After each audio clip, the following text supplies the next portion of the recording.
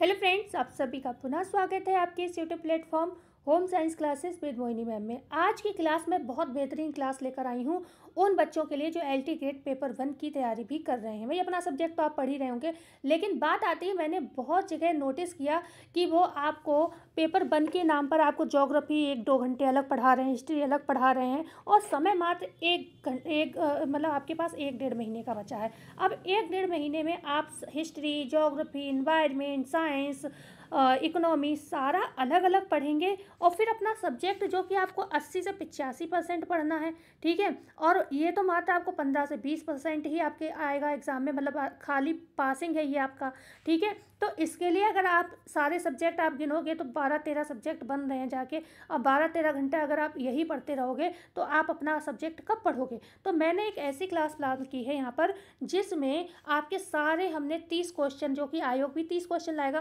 सारे सब्जेक्ट को एक ही में समेट दिया है। 30 क्वेश्चन है, सभी सब्जेक्ट इसमें हैं आपके इंक्लूड।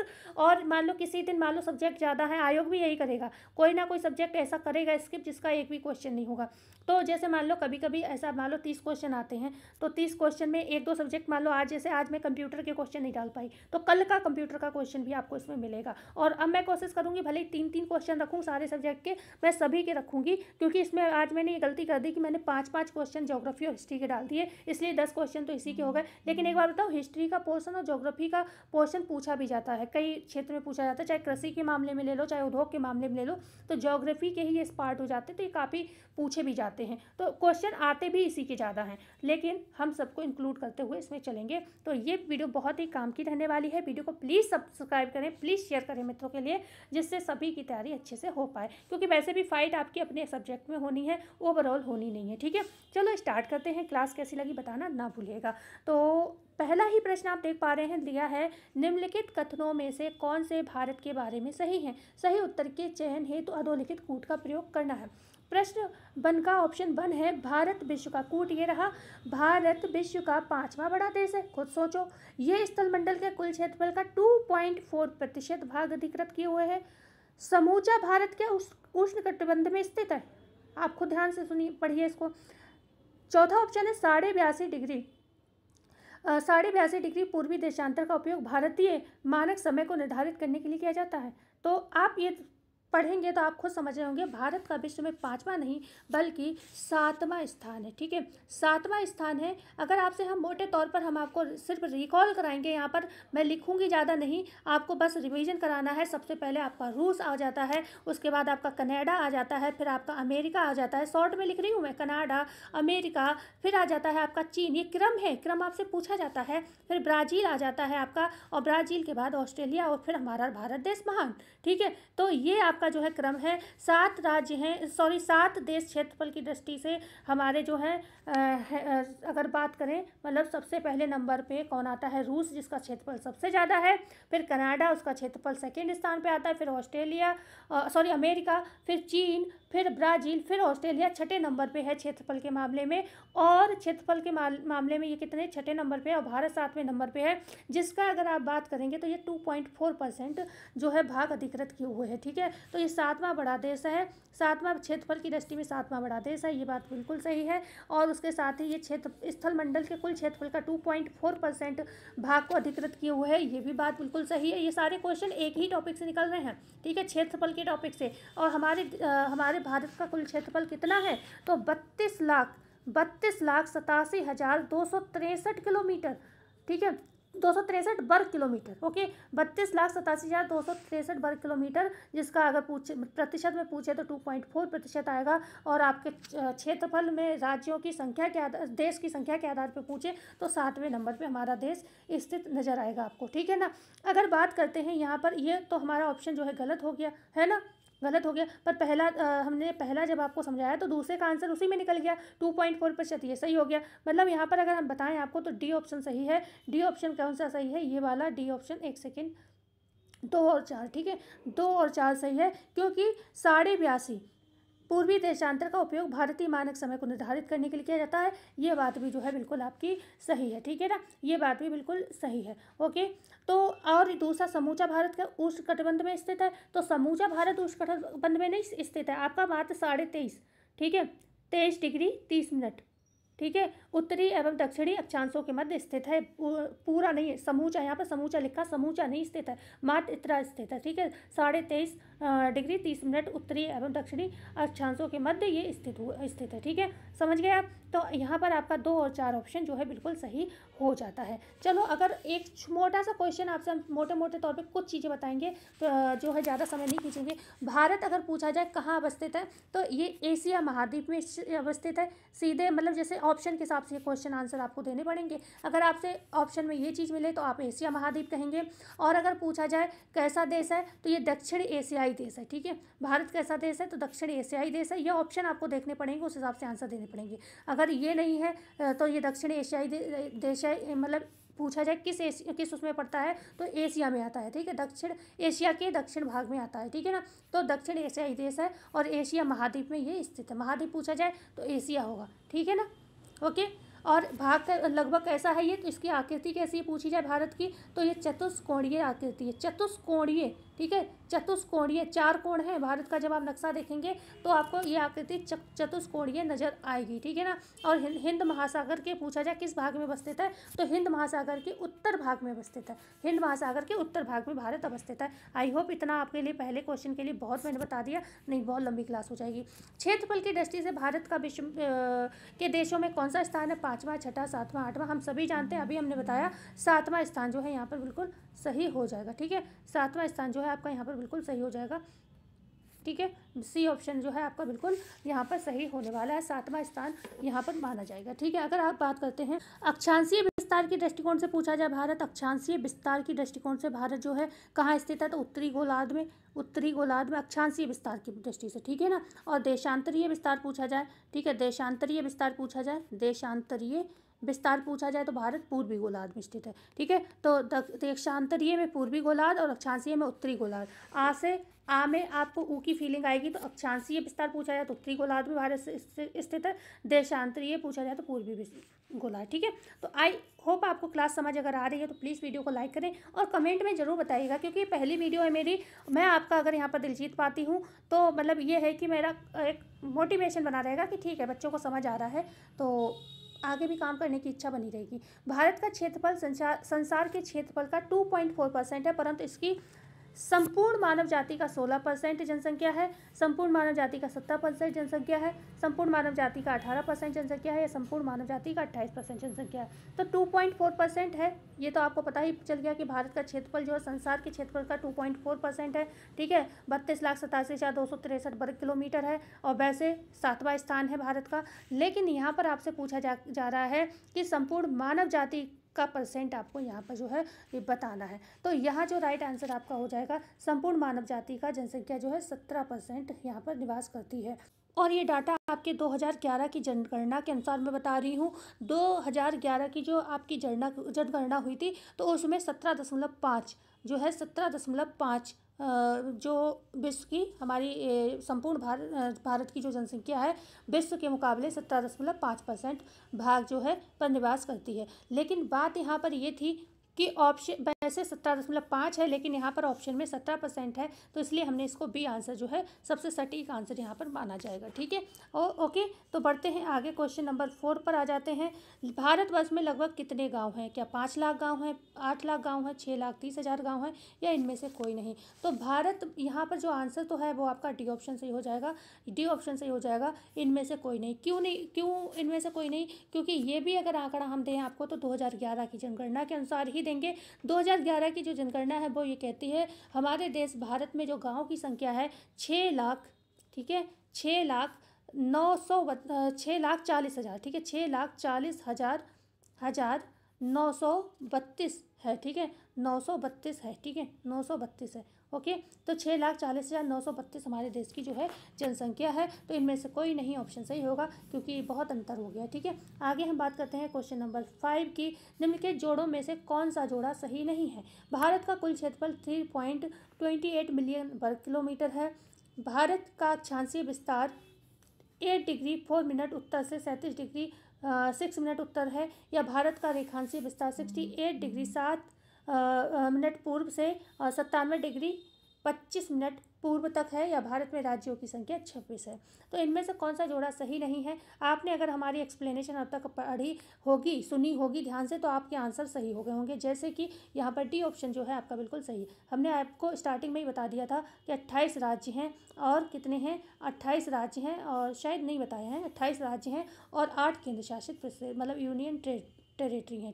ठीक है 8 यूनियन टेरिटरी हैं और 28 राज्य भी हमारे हैं। यहाँ पर क्या दिया 26, इसलिए डी ऑप्शन हमारा जो है यहाँ पर गलत हो जाता है। ठीक है, अच्छा अभी जो नए जोड़े गए राज्य हैं अगर आपसे पूछे जाए वो कौन से हैं, तो दादर एवं नागर हवेली है और दमन और दीव है। ठीक है, नए 2 राज्य कौन से यूनियन टेरिटरी जोड़ी गई हैं, तो दादर एवं नागर हवेली और दमन और दीव को जोड़ा गया है, ये आपको ध्यान रखना है। बकाया यहाँ पर पहली जो लाइन है दिया हुआ है भारत का कुल क्षेत्रफल 3.28 मिलियन वर्ग किलोमीटर है।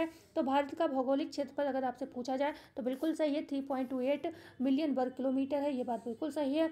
इसकी मुख्य भूमि का अक्षांशीय विस्तार कितना है, तो 8 डिग्री 4 मिनट उत्तर से 37 डिग्री 4 मिनट उत्तर तक है, ये बात भी बिल्कुल सही है। अगर आपसे पूछा जाए भारत का रेखांशीय विस्तार या फिर आपसे कहा जाए देशांतरीय विस्तार कितना है, तो 68 डिग्री 7 पूर्व से 7 मिनट पूर्व से लेकर 57 डिग्री 25 मिनट यहाँ पर मिनट पूर्व तक ये माना जाएगा। ठीक है, कॉमा हल्का सा लगा लो यहाँ पर। ठीक है, तो ये है भारत में राज्यों की संख्या वाला आंसर गलत हो जाएगा। तो डी ऑप्शन यहाँ पर आपका बिल्कुल सही है। ठीक है, मतलब ये गलत है, सही का मतलब है कि हमारा क्वेश्चन के हिसाब से आंसर यही सही माना जाएगा, क्योंकि वैसे ये गलत है। ठीक है, समझ गए होगे आप, क्योंकि 28 है यहाँ पर, 28 कर लो, 28 संख्या है राज्यों की। ओके, तो आई होप ये प्रश्न आपको समझ आ रहे होंगे। आगे बढ़ते हैं क्वेश्चन नंबर 6।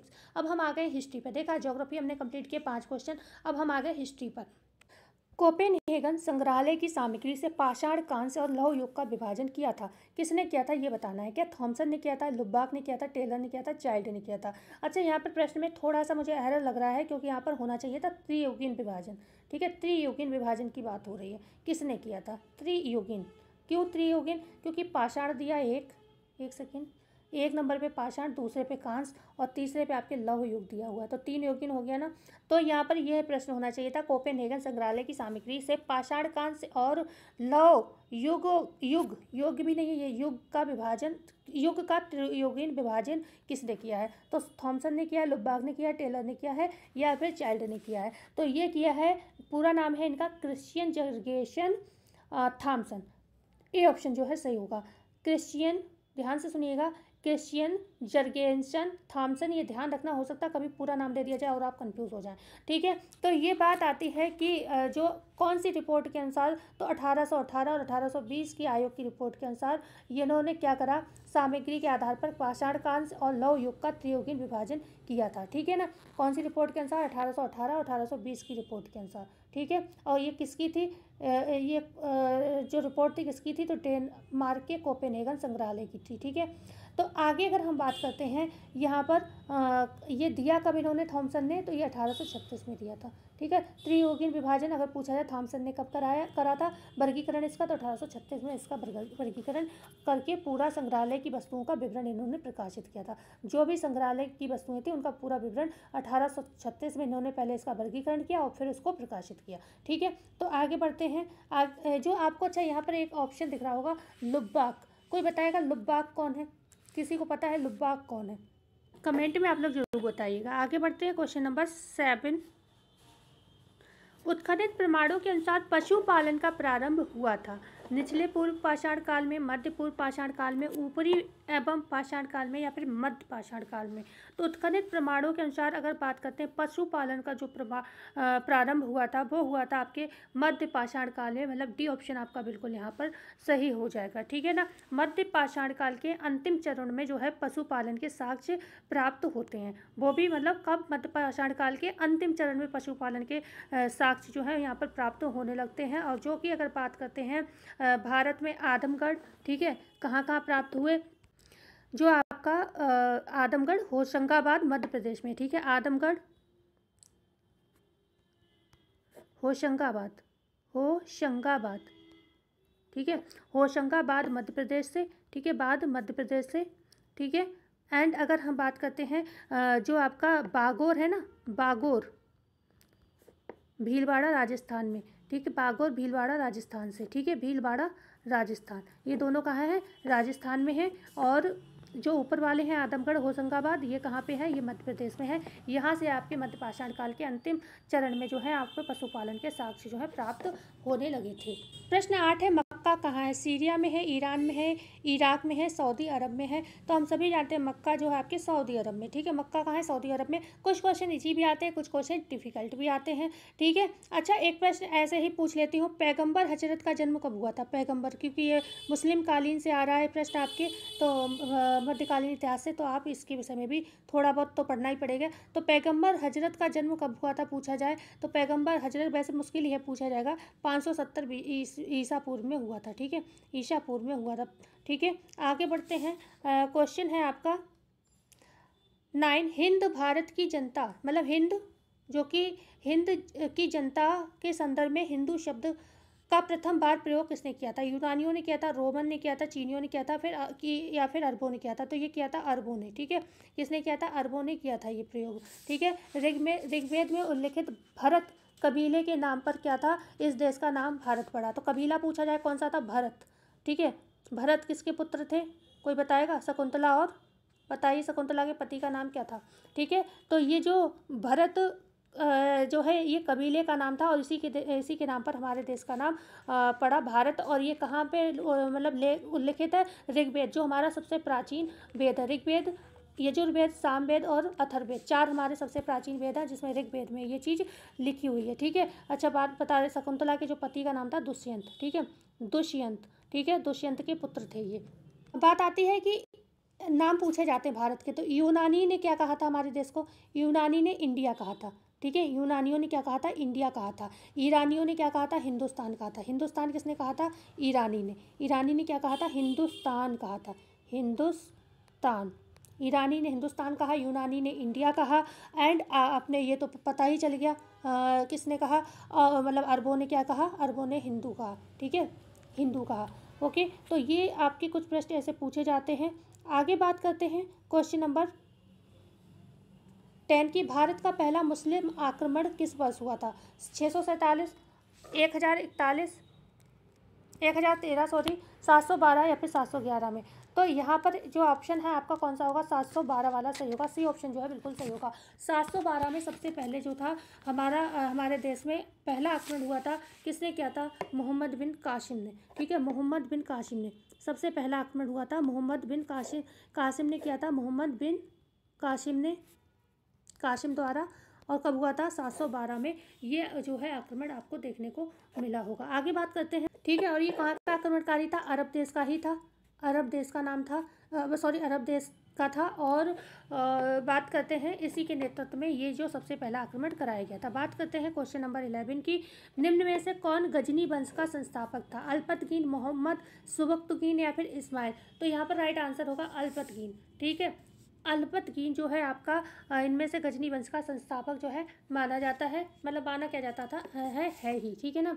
और यहाँ पर अगर बात करें जो गजनी वंश है, इसको एक अन्य नाम भी दिया जाता है, यामनी वंश, ठीक है। गजनी वंश को ही यामनी वंश कहते हैं। तो ये भी प्रश्न बन जाते हैं कभी कभी, तो इन्हें ध्यान रखना है। और अगर बात करते हैं आपसे भारत में प्रथम मुस्लिम आक्रमणकारी अगर आपसे पूछा जाए तो मोहम्मद बिन कासिम, आपने याद ही कर लिया होगा। पर भारत में सर्वप्रथम मुस्लिम आक्रमणकारी कौन है? अगर ऐसे प्रश्न पूछे कहाँ के निवासी थे, तो भी आप कहेंगे अरब देश के निवासी थे। मतलब प्रश्न की कंडीशन के हिसाब से आपको आंसर देना है, ठीक है। भारत में सर्वप्रथम मुस्लिम आक्रमणकारी पूछा जाए कौन था, तो मोहम्मद बिन कासिम थे। किस देश के थे? तो अरब के थे। ये ऐसे याद रखना होगा आपको, ठीक है ना। गजनी वंश को और क्या कहते हैं? यामनी वंश कहते हैं, ठीक है। ये जो महमूद गजनी था, अगर आपसे पूछा जाए इसने भारत पर कितनी बार आक्रमण किया, तो 17 बार आक्रमण किया, ठीक है। तो ऐसे प्रश्न आपको ध्यान रखने होंगे। आगे बात करते हैं क्वेश्चन नंबर 12 की, निम्न में से पर्यावरण का मुख्य घटक कौन सा है? अब आप देख रहे हैं हर क्षेत्र के क्वेश्चन मैं यहाँ पर लाई हूँ, ये आ गए इन्वायरमेंट से। प्रश्न को ध्यान से पढ़िएगा, निम्न में से पर्यावरण का मुख्य घटक कौन सा है? जैविक संगठक, अजैविक संगठक, भौतिक संगठन तथा संगठक या फिर ऊर्जा संगठक? डी है उपर्युक्त सभी में से कौन सा सही होगा? तो डी ऑप्शन जो है बिल्कुल सही होगा। जो पर्यावरण का मुख्य घटक कौन सा पूछा जाए तो जैविक संगठक भी हो जाएगा, अजैविक संगठक भी हो जाएगा, भौतिक संगठक और ऊर्जा संगठक, ये चारों जो है क्या है? मुख्य घटक है पर्यावरण के, ठीक है। पर्यावरण के ये कौन है? मुख्य घटक है। आपसे पूछा जाए तो आपको ये याद रखना होगा। अगर बात करते हैं पर्यावरण है क्या, ठीक है। तो पृथ्वी पर विद्यमान कोई भी भौतिक, जैविक तथा रासायनिक जो भी दशाएं हैं उनका योग जो है जीवन के स्वरूप को कहीं ना कहीं प्रभावित करता है। और ये सारी चीज़ें जो वातावरण में हमें प्रभावित कर रही हैं, ठीक है, या हम जिससे प्रभावित हो रही हैं या हमारे द्वारा कुछ चीज़ें प्रभावित हो रही हैं, ये सब पर्यावरण है, ठीक है। आगे अगर हम बात करते हैं, एक प्रश्न बन जाता है इकोलॉजी के विषय में, पारिस्थितिकी की जो है किनके मध्य पारस्परिक संबंधों का अध्ययन है, तो जीव समुदाय और वातावरण, ठीक है। पारिस्थितिकी किसके मध्य सब पारस्परिक संबंधों का अध्ययन है, तो जीव समुदाय और वातावरण, जीव समुदाय और वातावरण के मध्य जो संबंध है उसी का अध्ययन जो है पारिस्थितिकी इकोलॉजी कहलाती है, मतलब उसी संबंध का अध्ययन पारिस्थितिकी या इकोलॉजी कहलाती है। आगे बात करते हैं क्वेश्चन नंबर 13, घास स्थल, वन तथा मरुस्थल किस पारिस्थितिकी तंत्र के उदाहरण है। घास स्थल, वन, ठीक है, घास स्थल जो वन है, मरुस्थल है, ये किस परिस्थितिकी तंत्र के उदाहरण है। क्या स्थलीय परिस्थितिकी तंत्र के हैं, पारिस्थितिक कर्मता के हैं, जलीय परितंत्र के हैं, ऊर्जा प्रवाह व खनिज चक्र के हैं। तो इनमें से ए ऑप्शन है। भाई घास वगैरह कहाँ होती है, स्थल पर होती है, ठीक है, तो स्थलीय परिस्थितिकी तंत्र के ये उदाहरण हो जाएंगे। ए ऑप्शन आपका जो बिल्कुल सही हो जाएगा, ठीक है। आगे बात आती है कि यहाँ पर जलीय, आपसे अगर हम पूछे, कोई पूछे परिस्थितिकी तंत्र का, परिस्थितिकी कर्मता क्या चीज़ है, परिस्थितिकी कर्मता, ये जो आपको दिख रहा है दूसरा ऑप्शन, ये आखिर है क्या। तो ये जो चीज़ें होती हैं, एक ऐसा पद होता है जो केवल जीव द्वारा ग्रहण किए गए स्थान का ही नहीं बल्कि जीवों के समुदाय एवं उसकी कार्यात्मक जो भूमिका होता है उसका भी वर्णन करता है, ठीक है। जीव द्वारा ग्रहण किए गए स्थान का ही नहीं, ठीक है, जीव द्वारा ग्रहण किए, जैसे हम जीव हैं तो कहीं ना कहीं स्थान कोई ना कोई घेर रखा है, कहीं ना कहीं रह रहे हैं, कुछ जल में रहते हैं, कुछ स्थल पे रहते हैं, ठीक है। तो जीव द्वारा ग्रहण किए गए स्थान का ही नहीं बल्कि इसमें जीवों का जो समुदाय है, ठीक है, उसकी जो कार्यात्मक भूमिका है, उन सभी का वर्गीकरण जो है कर्मता कहलाता है, पारिस्थितिक कर्मता कहलाता है। जलीय परतंत्र क्या है, प्रश्न बन सकता है, जलीय परतंत्र क्या है। देखो मेरा उद्देश्य यही है कि एक क्लास में आपकी पूरी तैयारी हो जाए। तो जलीय परतंत्र क्या है, तो ये जीव भार का पिरामिड, ठीक है, जीव भार का पिरामिड जब किसी परिस्थितिकी तंत्र में क्या बनता है, उल्टा मतलब विपरीत दिशा में बनता है। कैसा, उल्टा मतलब विपरीत दिशा में बनता है, विपरीत दिशा में, तो उसे हम क्या कहते हैं, जलीय परतंत्र कहते हैं, ठीक है। क्लियर हुआ। जब जीव भार का पिरामिड, जीव भार का पिरामिड, जीव भार का पिरामिड है किसी परिस्थितिकी तंत्र में क्या बन रहा है, विपरीत दिशा में बन रहा है, मतलब उल्टा बन रहा है, तो हम उसको क्या कहेंगे, जलीय परतंत्र कहते हैं, ठीक है। ओके, ऊर्जा प्रवाह एक लास्ट रह गया, इसको भी जान लेते हैं। तो जो ऊर्जा प्रवाह है इसके विषय में एक छोटा सा बहुत टर्म यूज़ किया जाता है, ऊर्जा प्रवाह व खनिज चक्र को, इसे क्या कहा जाता है, परितंत्र का गतिक हृदय कहा जाता है। तो पूछा जाए प्रश्न, परितंत्र का गतिक हृदय किसे कहा जाता है। एनवायरनमेंट बहुत अच्छा सब्जेक्ट है, इनमें काफ़ी पूछा जाता है, ठीक है। परितंत्र का गतिक हृदय का गतिक हृदय, देखो यूपीपीएससी में पूछा तो बहुत जाता है, लेकिन इसमें 30 ही क्वेश्चन आने हैं, तो क्या पूछा जाएगा क्या नहीं, बस जैसे यूपीपीएससी की पीसीएस वगैरह उसमें तो काफ़ी अच्छे प्रश्न आते हैं मात्रा में 100-150, तो उसमें तो बहुत ज़्यादा ही प्रश्न बनते हैं। लेकिन अब इसमें जो है आप समझ सकते हो 30 ही प्रश्न आने हैं, तो कौन सा आएगा कौन सा नहीं आएगा आयोग ही बता पाएगा, ठीक है। परितंत्र का गतिक हृदय किसे कहा जाता है, तो परितंत्र का गतिक हृदय ऊर्जा प्रवाह व खनिज चक्र को कहा जाता है। आगे बढ़ते हैं क्वेश्चन नंबर 13 के बाद हम आ जाते हैं 14 पर। पेड़ पौधे किस रूप में मृदा से नाइट्रोजन ग्रहण करते हैं, नाइट्रेट आयन के रूप में, नाइट्रेट फाइटेट के रूप में, नाइट्रेट कार्बन के रूप में, या फिर उपयुक्त सभी रूप में।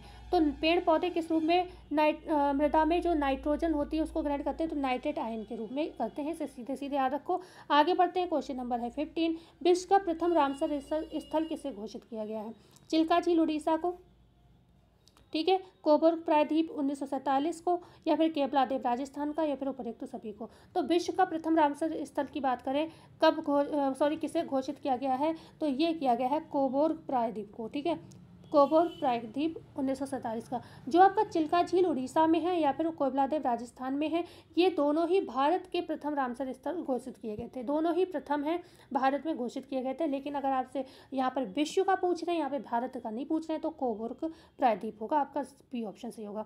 आगे बात करते हैं क्वेश्चन नंबर 16, मूल भौतिक राशियों की संख्या आपको बतानी है कितनी है। यहाँ पर आपको साइंस के प्रश्न मिल रहे हैं नहीं मिल रहे, बताइए क्या मैंने कुछ छोड़ा है आपके लिए, ठीक है। साइंस, मूल भौतिक राशियों की संख्या कितनी है, और ये सारे प्रश्न एनसीईआरटी के हैं, ये भी ध्यान रखना, 4, 6, 7, 8। तो यहाँ पर राइट आंसर होगा मूल भौतिक राशियाँ जो कितनी हैं आपकी, मूल भौतिक राशियों की संख्या 7 है। बात आती है भाई कौन कौन सी है, तो आपको हम बता दें, एक तो लंबाई हो जाएगी, ठीक है, लंबाई हो जाएगी, दूसरी आपकी समय हो जाएगा, समय हो जाएगा, ये मूल भौतिक राशियाँ हैं, लंबाई, समय, ताप, सब वातावरण में आपको हम लोग जैसे हैं, लंबाई होती है, समय होता है, तापक्रम होता है, द्रव्यमान होता है, सब वही चीज़ें हैं, बस हम इसका प्रयोग दैनिक जीवन में करते हैं पर ध्यान नहीं देते हैं। विद्युत हो गया, बिना विद्युत के आप कुछ कर पा रहे हैं, ठीक है, विद्युत हो गया। धारा हो गई, धारा हो गई, ठीक है।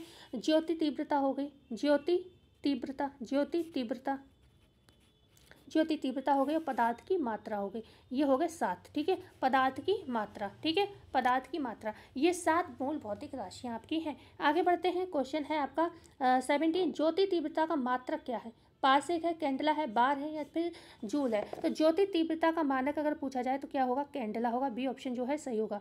कैंडला क्या है? ज्योति तीव्रता का मानक यहाँ पर किया, मानक जो है। अच्छा, पारसेक क्या है? ठीक है, तो ये दूरी मापने की सबसे बड़ी इकाई पारसेक। दूरी माप, ये सारे टर्म बहुत इंपॉर्टेंट है। दूरी मापने की, आप बताओ एक दिन में इतने सब्जेक्ट पढ़ पाते? सारे सब्जेक्ट मतलब थोड़ा थोड़ा ही पढ़ोगे, कहते हैं बूंद बूंद से घड़ा भरता है। तो दूरी मापने का की सबसे बड़ी इकाई, दूरी मापने की सबसे बड़ी इकाई, सबसे बड़ी इकाई, दूरी मापने की सबसे बड़ी इकाई क्या है? पारसेक है। ओके, पारसेक क्या है? दूरी मापने की सबसे बड़ी इकाई है। बार क्या है? वायुमंडलीय दाब। वायु, भाई फ़ोन से पढ़ा रही हूँ, फ़ोन की स्क्रीन पर थोड़ा ही बहुत लिख पाती हूँ, वो भी उंगली से लिखती हूँ। वायुमंडलीय दाब जो है मापने का मात्रक होता है बार। वायुमंडलीय दाब मापने का मात्रक क्या है? बार है। और जूल क्या है? तो जूल हम सभी जानते हैं कार्य या ऊर्जा की इकाई होती है, ठीक है ना। शक्ति का मात्रक क्या है? वाट है। शक्ति का मात्रक पूछा जाए क्या है? वाट है। शक्ति का मात्रक, शक्ति का मात्रक वाट, ठीक है, वाट है। शक्ति का मात्रक वाट है, ठीक है। तो क्लियर हुआ? पारसेक दूरी मापने की सबसे बड़ी इकाई है। पारसेक दूरी मापने की सबसे बड़ी इकाई, इन्हें याद कर लो, बहुत इंपॉर्टेंट है। ज्योति तीव्रता का मात्रक कैंडला है। बार क्या है? बार है वायुमंडलीय दाब को मापने, वायुमंडलीय वायुमंडलीय दाब को मापने का मात्रक होता है बार। जूल क्या है? जूल जो है कार्य और ऊर्जा की इकाई है, मतलब ठीक है, जूल क्या है? कार्य तथा ऊर्जा, एनर्जी का मात्रक या इकाई, कुछ भी कह सकते हो आप। आगे हम बात करते हैं जो हमने बताया था अभी आपको जस्ट, वाट क्या है? वाट जो है शक्ति का मात्रक है। वाट शक्ति का मात्रक है। 18 क्वेश्चन पर आ जाते हैं। एस्ट्रॉन्ग में क्या मापा जाता है? क्या तरंग दैर्घ्य मापी जाती है, आवेग मापा जाता है, बल मापा जाता है, दाब मापा जाता है? तो एस्ट्रॉन्ग में आपसे पूछा जा रहा है कि एस्ट्रॉन्ग में किसका मापन किया जाता है? तो एस्ट्रॉन्ग में तरंग दैर्घ्य का मापन किया जाता है। एस्ट्रॉन्ग में तरंग दैर्घ्य का जो है मापन किया जाता है, ठीक है। आगे बात करते हैं, इनको भी क्लियर कर लें एक बार। आवेग का मात्रक क्या है? आवेग का मात्रक क्या है? Newton second. आवेग का मात्रक, देखो इससे साइंस से आपको यही प्रश्न देखने को मिलेंगे, न्यूटन सेकेंड। ओके, और इन्हें नोट कर लोगे, इन्हें पढ़ते चलोगे रोज। मान लो अभी आपने पढ़ ली मेरा क्लास, फिर आपने जो नोट कर लिया है जल्दी जल्दी शॉर्ट नोट बना लेना, और मतलब आवेग लिखना, आगे न्यूटन सेकेंड लिख लेना, एस्ट्रॉन्ग लिखना, तरंग दैर्घ्य लिख लेना, तो आपको पता रहेगा कि हाँ ये इसके मात्रक है, मापक है, ठीक है। तो फिर आप एक बार भी दिन में किसी सोते समय भी हल्का सा रिवाइज कर लोगे जल्दी से, तो भी आपको ये चीज़ें फिर हमेशा के लिए सेट हो जाएंगी, ठीक है। बल का मात्रक पूछा जाए तो न्यूटन है। बल का मात्रक न्यूटन है। बल का मात्रक क्या है? न्यूटन है, ठीक है। और दाब का भी हमने आपको बता ही दिया था, ठीक है। दाब का बताया नहीं बताया? दाब का जो मात्रक होता है पास्कल, ठीक है, पास्कल होता है, ठीक है। दाब का मात्रक पास्कल, ठीक है। क्लियर हुआ? तो दाब का मात्रक पास्कल हो गया, बल का न्यूटन हो गया, आवेग का न्यूटन सेकेंड हो गया, और एस्ट्रॉन्ग का तरंग दैर्घ्य हो गया। क्लियर हुआ? आगे बात करते हैं क्वेश्चन नंबर 19 की। किस यंत्र के द्वारा मस्तिष्क विभव मापा जाता है?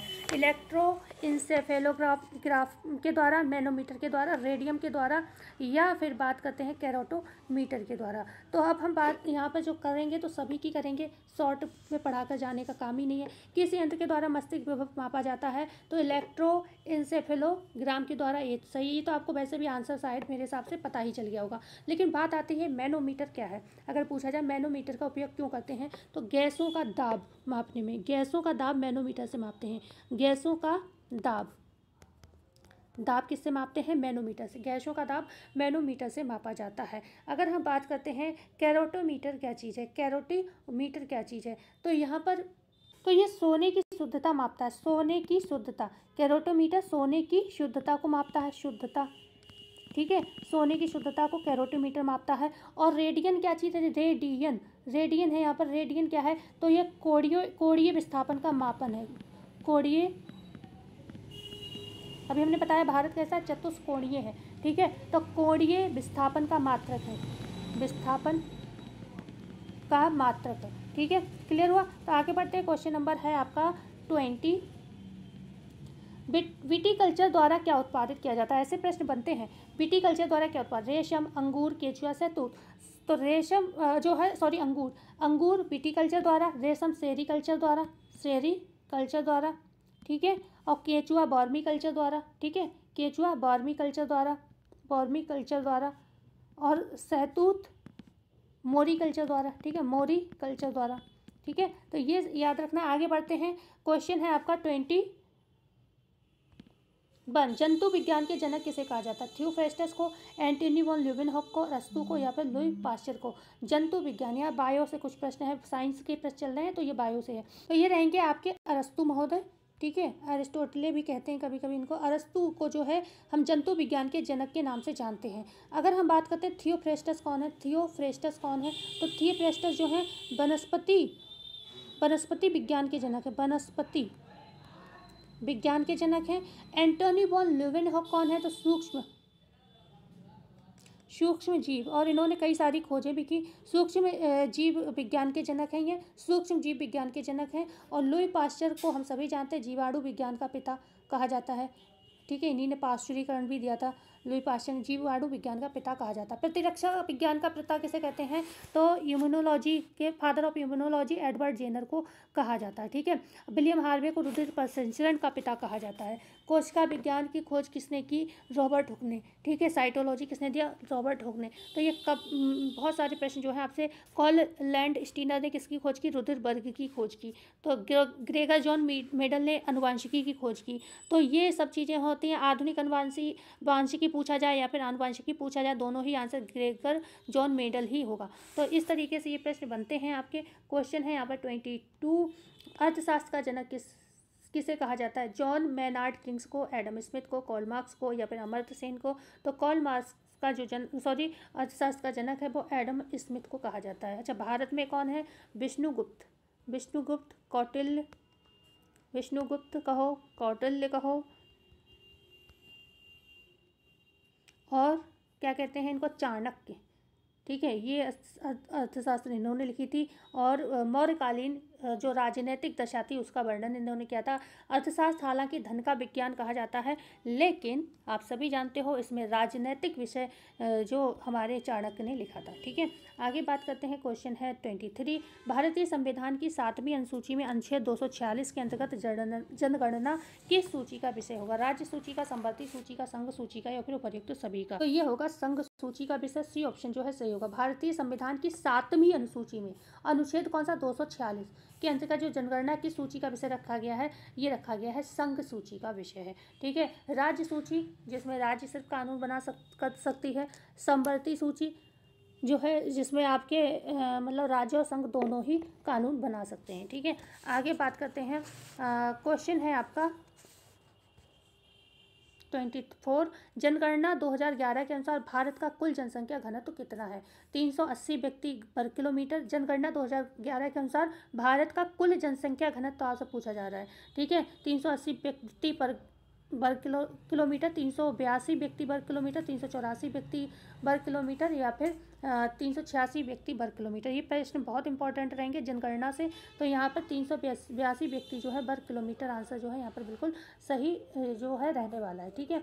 आगे बात करते हैं। क्वेश्चन है 25, भारत की कुल साक्षरता दर कितनी है, 92.1%, 73.4%, 04%, 94.00%, या फिर 96.1%, ठीक है।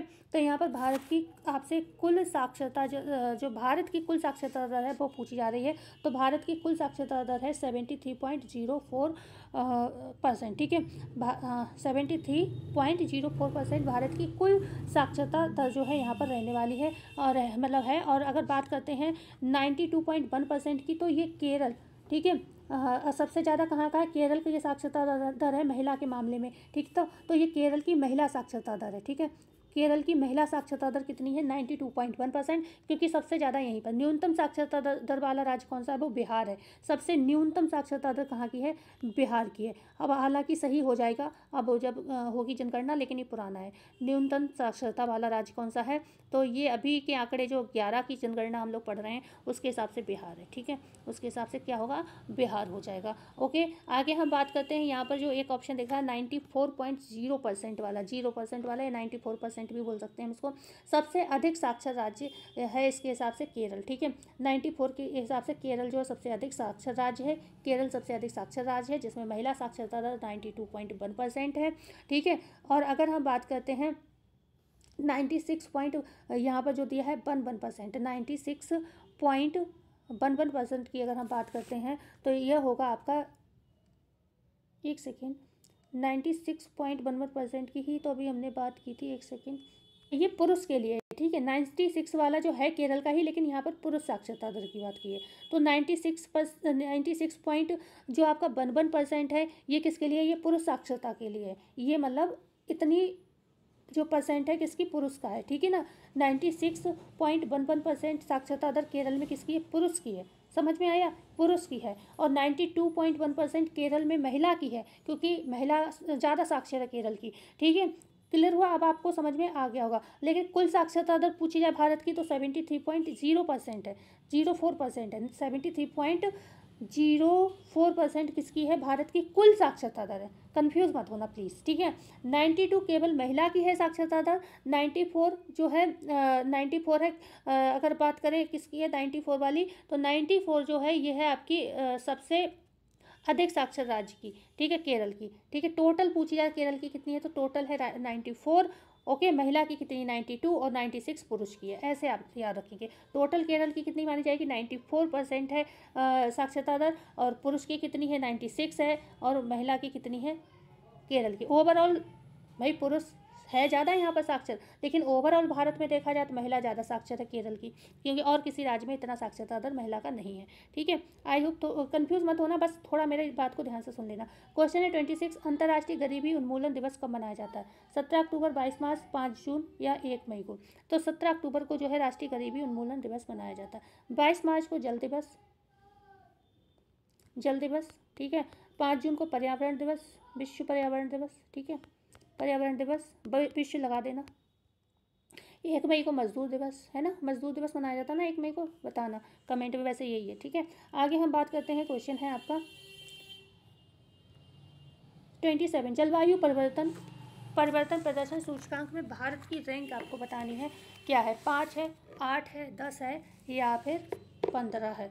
तो यहाँ पर आपकी 10 है, सी ऑप्शन सही है। जलवायु परिवर्तन प्रदर्शन सूचकांक में भारत की जो रैंक है 10 है। और अगर हम बात करते हैं इसमें जो है अभी भी 1, 2 और 3 रैंक खाली हैं, अभी इस पर किसी का स्थान नहीं है। ठीक है, ये खाली है तीनों रैंक। ये मत समझना कि भारत 10वें स्थान पे है तो पहले, दूसरे, तीसरे पर कोई होगा, कोई नहीं है। लेकिन चौथे पर डेनमार्क है। तो ऐसे पूछा जाए कि जलवायु परिवर्तन प्रदर्शन सूचकांक में मतलब ये नंबर ना दिए हो, मतलब इस तरीके से कुछ ना दिया हो, तो आपसे पूछा जाए मतलब सीधे, या तो सीधे पूछा जाए चौथे स्थान पर कौन है तो डेनमार्क है। वैसे ये 1, 2, 3 पूछा ही नहीं जाएगा। ठीक है, और वैसे अगर आपसे पूछा जाए भैया ऐसा कुछ ऑप्शन ना हो तो आपके पहले नंबर पे ही आएगा डेनमार्क, लेकिन पहला, दूसरा, तीसरा खाली है तो ये चौथा ही पूछा जाएगा, ऐसे नहीं पूछा जाएगा पहला, दूसरा, तीसरा। ठीक है ना, तो चौथे पर डेनमार्क है और 5वें पर नीदरलैंड है। ठीक है, नीदरलैंड है। तो ये चीज़ बहुत इंपॉर्टेंट है। इसका पहला, दूसरा, तीसरा स्थान जलवायु परिवर्तन का अभी भी खाली है, मतलब फर्स्ट स्टेज, दूसरी स्टेज, तीसरी कोई नहीं प्राप्त कर पाया है। लेकिन डेनमार्क में जलवायु परिवर्तन पर थोड़ा कंट्रोल है, नीदरलैंड पर कंट्रोल है, लेकिन भारत 10वें नंबर पे है। ठीक है, बस यही आपको याद रखना है।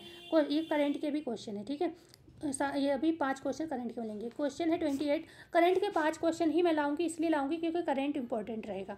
59वां ज्ञानपीठ पुरस्कार किसको प्रदान किया गया है?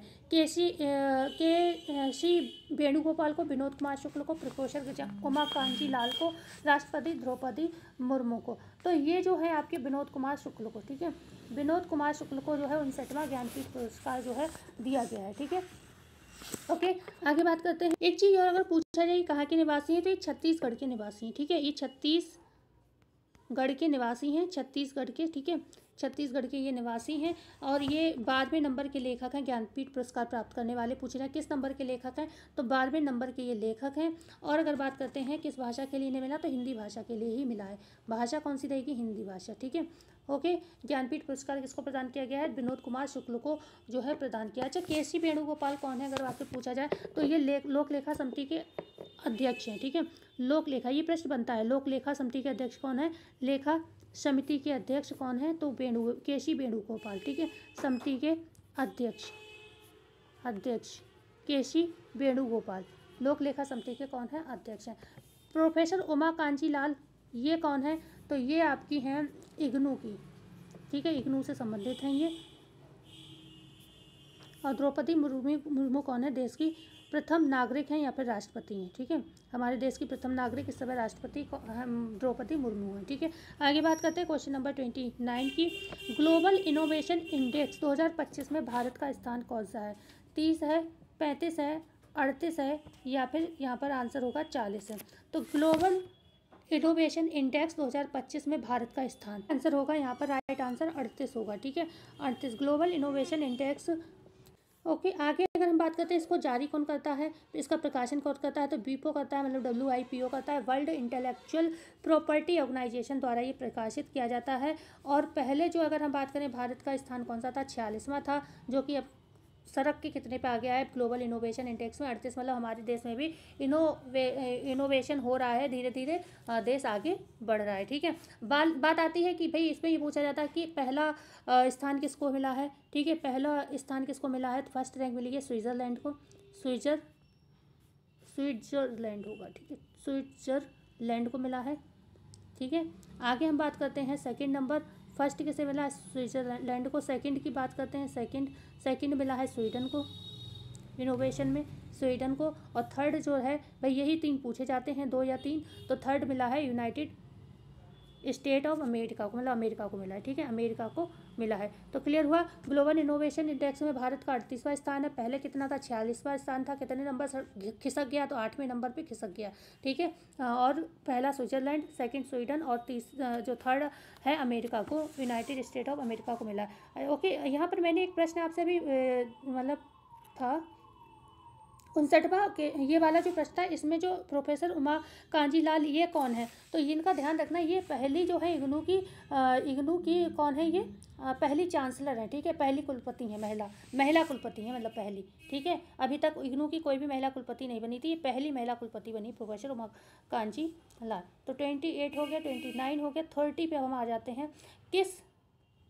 इसका तो ऑप्शन ही दिख गया होगा, किस संगठन ने वैश्विक पहला ग्लोबल स्पैक्स 2030 शुरू की है, यूनिसेफ ने, WHO ने, यूनेस्को ने, या फिर केयर ने, तो ये किया है स्पैक्स, किससे शुरू किया है, ये किया है आपके WHO ने किया है। स्थापना कब होती है, 1948 में होती है WHO की स्थापना, ठीक है।